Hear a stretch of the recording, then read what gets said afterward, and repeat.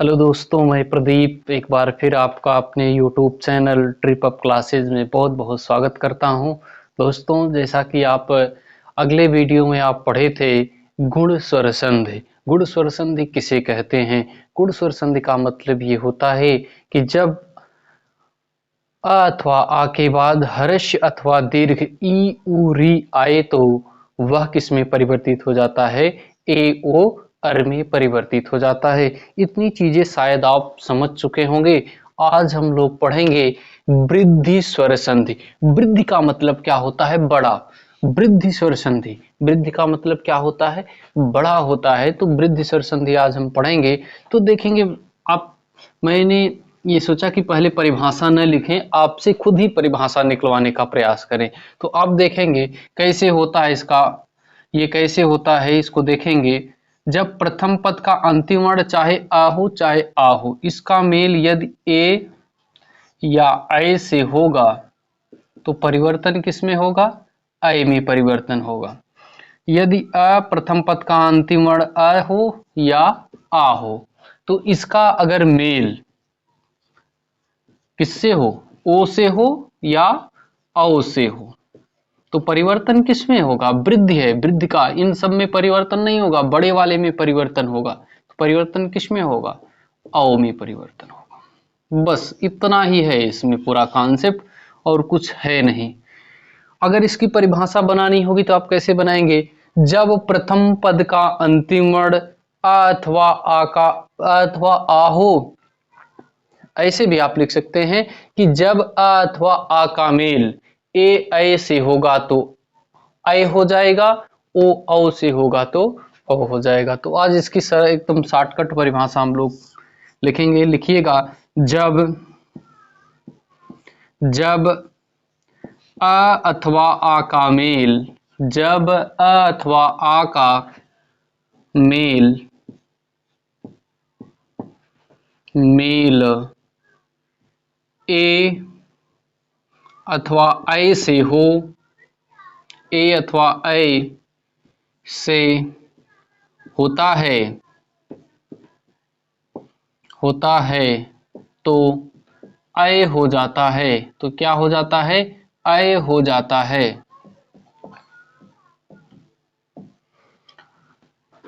परंतु जब अथवा आ का मेल, अथवा आ का मेल ओ ओ ओ अथवा औ से हो, औ से होता है तो औ हो जाता है।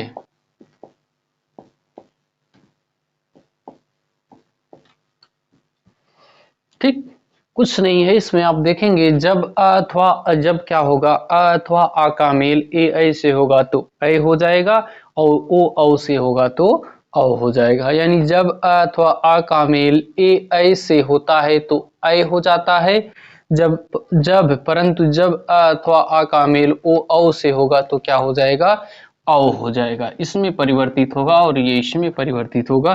बस यही चीजें आपको ध्यान में रखनी है कि जब अ का मेल ए से होगा तब भी ऐ होगा, जब अ का मेल ऐ से होगा तब भी ऐ होगा, आ का मेल ए से होगा तब भी ऐ होगा, आ का मेल ऐ से होगा तब भी ऐ हो जाएगा। उसी प्रकार अ का मेल ओ से हो तो भी औ, आ का मेल औ से हो तो भी औ, आ का मेल ओ से हो तो भी औ, आ का मेल औ से हो तब भी औ। यानी ऐसे ही आप समझिए, यदि आ का मेल ए से होता है तो ऐ हो जाएगा, यदि आ का मेल ऐ से होता है तो ऐ हो जाएगा, या आ का मेल ऐ से होता है तो ऐ हो जाएगा, या आ का मेल ए से होता है तो ऐ हो जाएगा। यही सारी चीजें हैं, ऐसे ही इसमें भी है। क्लियर?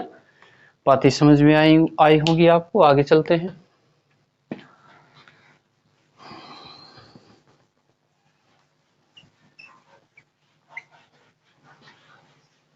बस कॉन्सेप्ट आप समझने का प्रयास करें, बाकी सारी चीजें ऑटोमेटिक आपको समझ में आ जाएंगी। यानी वृद्धि स्वर संधि क्या होती है? जब अ अथवा आ का मेल ए ऐसे हो तो ऐ हो जाता है, ओ औ से हो तो औ हो जाता है। अब आप लिखेंगे, जैसे उदाहरण इसका लिखेंगे, आ प्लस ए बराबर क्या होगा? ऐ हो जाएगा। लिखेंगे जैसे 1 प्लस 1। अब देखिए प्रथम पद का अंतिम वर्ण क्या होना चाहिए? आ होना चाहिए। देखो इसमें है का है, का को अगर हम स्वर रहित करेंगे तो का हलंत आ हो जाएगा, तो अंतिम वर्ण आ हमको मिल रहा है इसमें। तो देखिएगा, तो अंतिम वर्ण आ हो गया। प्रथम वर्ण ए, द्वितीय पद का प्रथम वर्ण ए होना चाहिए। हाँ ए है। परिवर्तन किस में हो जाएगा? ए में परिवर्तन हो जाएगा। बाकी जो चीजें बचे उसको ऐसे ही लिख लीजिए। जब इसको आप जोड़ेंगे तो क्या हो जाएगा? ये जो ए की मात्रा है इस पे हो जाएगी, ए कै को हो जाएगा। उसी प्रकार आप लिखेंगे, आप इसमें बताएंगे लोक प्लस एसड़ा। इसमें क्या होगा? इसमें क्या है? अ है। अब आप कहेंगे अ कैसे? मैंने इसमें आपको बताया कि अ कैसे निकलता है। का है ना, का को जब हम स्वर रहित करेंगे तो हलंत लग जाएगा, आ बाहर आ जाएगा, तो अंतिम वर्ण क्या है? का हो गया। इधर ए है, तो परिवर्तन किस में होगा? आय में परिवर्तन हो जाएगा। बाकी जो चीजें हैं उसको ऐसे उतार लीजिए। लोक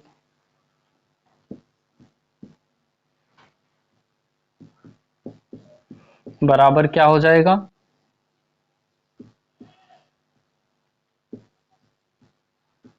लोकैषणा हो जाएगा। क्लियर? उसी प्रकार एक और उदाहरण आप इसका देख लीजिए, हित प्लस ऐसी।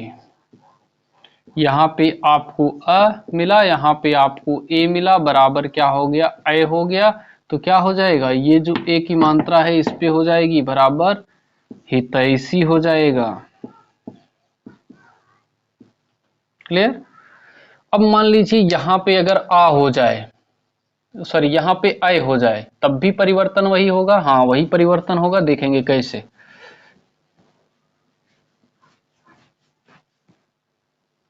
प्रथम पद का अंतिम वर्ण ए हो, सॉरी प्रथम पद का अंतिम वर्ण आ हो और द्वितीय पद का प्रथम वर्ण ऐ हो, तब भी परिवर्तन क्या होता है? वैसे ही होता है, ऐ हो जाएगा। जैसे मत प्लस ऐक्य।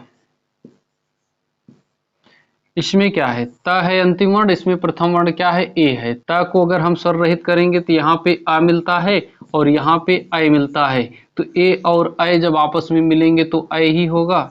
बाकी जो चीजें बची हैं उसको वैसे उतारने का प्रयास करेंगे। जब इसमें से आ निकल जाएगा तो ये हलंत हो जाएगा। क्लियर? और उसके बाद ये चीजें ऐसे बच जाएंगी। जब इसको आपस में जोड़ेंगे तो क्या हो जाएगा? म, ये ऐ की मात्रा त पे आ जाएगा, मतैक्य हो जाएगा। क्लियर? उसी प्रकार स्व प्लस ऐच्छिक बराबर क्या हो जाएगा? इसमें क्या है? स्व स्व व है, व में अ है और यहाँ पे ऐ है। परिवर्तन किस में हो जाएगा? ऐ में परिवर्तन हो जाएगा। बराबर क्या चीजें आ जाएंगी? स्व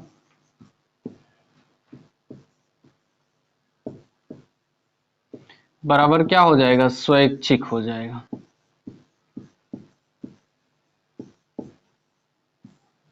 क्लियर? ये चीजें आपको समझ में आ रही होगी। आगे चलें।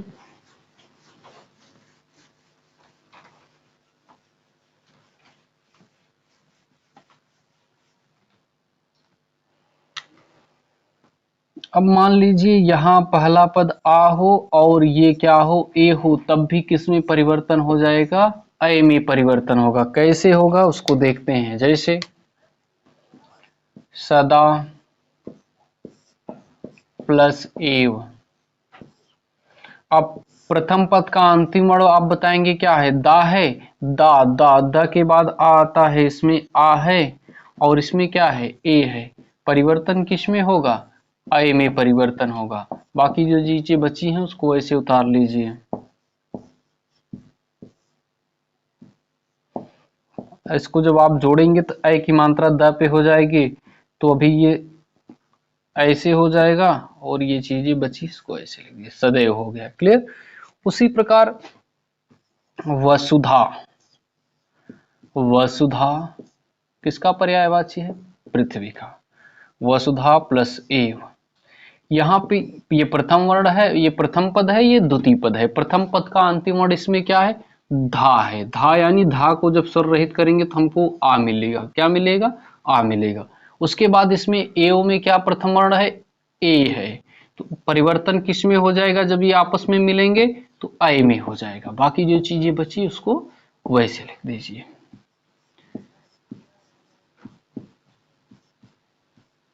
अब अय है, धा धा पे जब ये मात्रा लगेगी तो धाय हो जाएगा, तो इसको हम क्या लिख सकते हैं? वसुधय। यहाँ क्या है? वह है, वह लिख दीजिए, वसुधय हो गया। क्लियर। आगे देखेंगे, आगे आप देखेंगे इसमें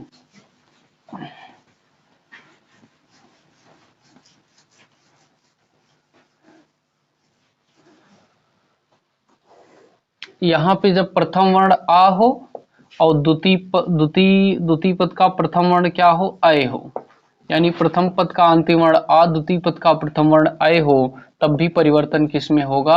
अय में ही परिवर्तन होगा। क्लियर। जैसे आप देखेंगे महा प्लस ऐश्वर्य, यहाँ पे प्रथम पद का अंतिम वर्ण क्या है? आ है। अब आप कहेंगे कैसे, तो आप देख लीजिए ऐसे, हा है, ये हा है, हा पे आ की मात्रा है, तो जब इसको हम ऐसे करेंगे, हलंत लगाएंगे तो आ निकल जाएगा, तो अंतिम वर्ण क्या हुआ? आ मिला। किसका? प्रथम पद का अंतिम वर्ण, यानी इसका आ मिला। और यहाँ पे क्या हुआ? अय मिला। परिवर्तन किस में होगा? जब ये दोनों आपस में मिलेंगे तो परिवर्तन किस में हो जाएगा? अय में परिवर्तन हो जाएगा। बाकी इधर जो चीजें बची हैं इधर लिख लीजिए, और जो इधर चीजें बची हैं इधर लिख लीजिए। अब अय है, अय की मात्रा है ह पे जाएगी तो क्या हो जाएगा? है हो जाएगा। महे हो गया।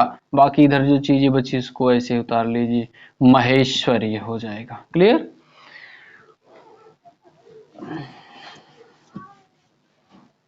अब आप अपने दिमाग से थोड़ा काम करेंगे और बताएंगे हमको। जैसे हम लिखें परम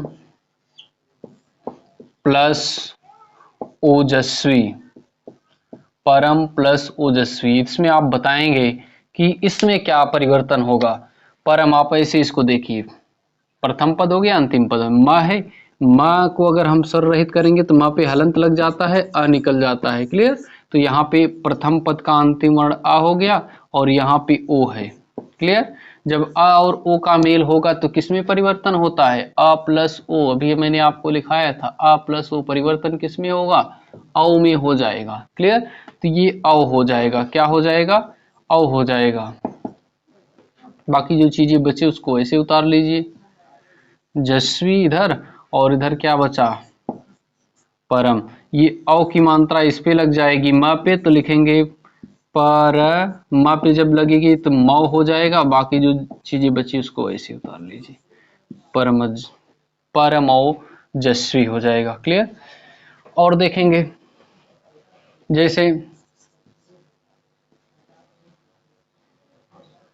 जैसे आप अगला उदाहरण देखेंगे, अगला हम क्या लिख सकते हैं? जैसे जल प्लस ऊघ, जल प्लस ऊघ। ठीक, जल प्लस ऊघ लिख सकते हैं हम। जल प्लस ऊघ, यहाँ प्रथम पद है या द्वितीय पद है? यहाँ पे प्रथम पद का अंतिम वर्ण अ है, यहाँ पे द्वितीय पद का प्रथम वर्ण ओ है। तो जब ये आपस में मिलेंगे तो इसमें परिवर्तन किसका हो जाएगा? औ का परिवर्तन होगा। किसका होगा?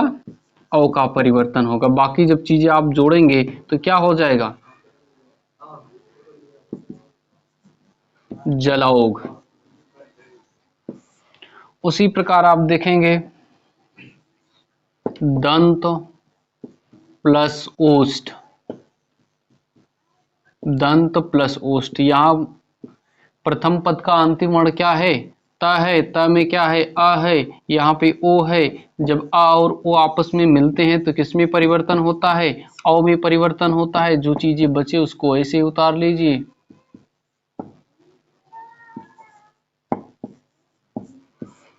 ये ओ की मात्रा त पे लगेगी, हो जाएगा दन तौ। बाकी जो चीजें इधर है इसको जोड़िए, दंतोष्ठ हो जाएगा। क्लियर? इसी प्रकार आप देखेंगे, अगला उदाहरण देखेंगे।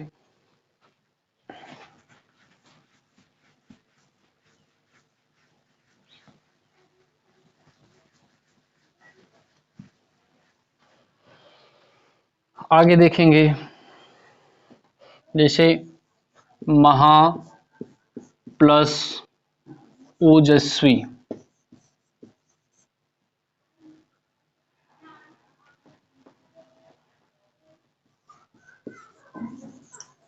इसको आप बना ही सकते हैं। क्या हो जाएगा? यहाँ पे आ है और यहाँ पे ओ है। जब आ और ओ का मेल होगा तब भी क्या हो जाएगा? औ हो जाएगा। बाकी जो चीजें बचती हैं उसको ऐसे उतार लेते हैं। इधर क्या होगा? म हो गया और इधर क्या हो गया? ज बचा, आधा सा और व पे बड़ी की मात्रा। जब इसको जोड़ेंगे तो ये इस पे मात्राएं लग जाएगी। म लिखिए, जब इस पे मात्रा लगेगी ह पे तो क्या हो जाएगा? ह हो जाएगा। बाकी जो चीजें बची उसको ऐसे ही लिख लीजिए। ये चीजें हो गई, महोजस्वी हो जाएगा आपका। उसी प्रकार आप देखेंगे परम प्लस औदार्य। औदार्य, ये प्रथम पद, ये द्वितीय पद। हमेशा ध्यान रखेंगे म है। म को जब हम आप स्वर रहित करेंगे तो म पे हलंत लग जाएगा और अ आगे निकल जाएगा, तो अ लास्ट में आता है तो अ लिख लिए। इधर क्या है? औ है। तो इसमें परिवर्तन क्या होगा? मैंने आपको बताया था कि जब क्या होगा, आ अथवा आ के बाद ए आता है तो ए हो जाएगा, ओ औ आएगा। देखिए आ के बाद ओ नहीं आया, औ आया है, तब भी क्या होगा? परिवर्तन औ में हो जाएगा। बाकी जो चीजें बची हैं उसको ऐसे उतारने का काम करेंगे और कुछ करना नहीं है। बाकी सारी चीजें ऐसे हम लिखते चले जाएंगे। अब यहाँ पे मा पे हलंत है, औ की मात्रा मा पे लगेगी तो पहले आप प लिखे, उसके बाद र लिखे, उसके बाद मा पे जब औ की मात्रा लिखे लगेगी तो हो जाएगा मो। बाकी जो चीजें बची उसको ऐसे उतारेंगे तो क्या हो जाएगा? परमौदार्य हो जाएगा। क्लियर?